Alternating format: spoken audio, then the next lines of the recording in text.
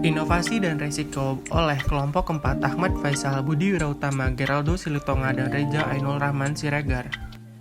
Pengertian inovasi menurut Undang-Undang Nomor 18 Tahun 2002, inovasi adalah kegiatan penelitian pengembangan atau perekayasaan yang bertujuan mengembangkan penerapan praktis nilai dan konteks ilmu pengetahuan yang baru atau cara baru untuk menerapkan ilmu pengetahuan dan teknologi yang telah ada ke dalam bentuk atau proses produksi. Faktor-faktor pendukung keberhasilan inovasi yang pertama harus berorientasi pasar, mampu meningkatkan nilai tambah perusahaan, punya unsur efisiensi dan efektivitas, dan harus sejalan dengan visi misi perusahaan dan harus bisa ditingkatkan lagi. Sumber terjadinya inovasi yang pertama adalah perbedaan gap antara permintaan demand dan penawaran supply, penciptaan permintaan karena cenderung perubahan, dan masalah yang pernah terpecah dalam jangka waktu yang lama, serta inovasi yang ditujukan untuk mengganti inovasi produk sendirinya.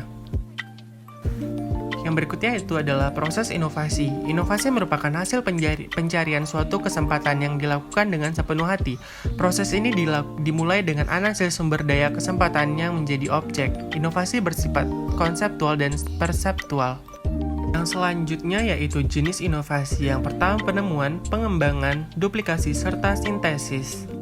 Yang berikutnya yaitu sumber inovasi. Inovasi bagi wirausahawan lebih bersifat untuk memanfaatkan perubahan daripada menciptakannya. Mencari informasi dilakukan dengan memanfaatkan perubahan pada penemuan yang menyebabkan terjadinya perubahan. Ide inovatif dapat bersumber pada kreativitas eksternal dan kreativitas internal. Resiko dihubungkan dengan kemungkinan terjadinya akibat buruk yang tidak diinginkan atau tidak diduga. Resiko timbul karena adanya ketidakpastian, yang berarti ketidakpastian adalah merupakan kondisi yang menyebabkan tumbuhnya resiko. Macam-macam resiko yaitu terbagi 4, resiko dinamis, resiko politik, resiko inovasi, dan resiko statis. Sumber-sumber resiko. Sumber-sumber resiko dapat diklasifikasikan menjadi resiko sosial, resiko fisik, dan resiko ekonomi. Langkah yang dilakukan manajer untuk mengidentifikasi resiko dengan membuat daftar atau checklist kerugian potensial yang mungkin terjadi menimpa setiap perusahaan atau usaha dagangnya dan menentukan kegiatan potensial yang tercantum dalam checklist yang dihadapi perusahaan. Sumber-sumber informasi yang dapat digunakan sebagai bahan untuk pembuatan daftar kerugian potensial diperoleh dari data perusahaan atau usaha dagang asuransi.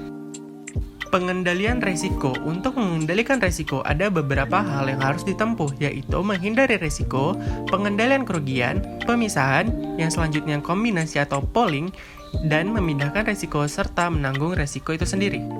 Mengantisipasi resiko. Resiko merupakan bagian dari kehidupan. Meskipun demikian, orang mempunyai beberapa cara untuk mengantisipasinya. Satu di antaranya ialah dengan menghindari resiko atau menjauhi keadaan yang dapat mendatangkan resiko. Wah, kita udah sampai tahap kesimpulan nih. Kesimpulan pada materi kita ini adalah resiko di dalam tahapan proses manajemen inovasi merupakan aspek penting yang akan menentukan keberhasilan inovasi. Identifikasi resiko dilakukan berdasarkan 7 kategori resiko inovasi yang terdiri dari lingkungan, teknikal, sumber daya, integrasi, manajemen, marketing, dan strategi. Analisis resiko berdasarkan nilai exposure resiko yang diperoleh dari perhitungan nilai probabilitas dan nilai severity. Selanjutnya dapat ditentukan rekomendasi penanganan resiko terkait dengan inovasi. Ya, itu dia materi kita pada hari ini tentang inovasi dan resiko. Kalau kata Taylor Swift, thank you, that's all that I can to say. Thank you, bye!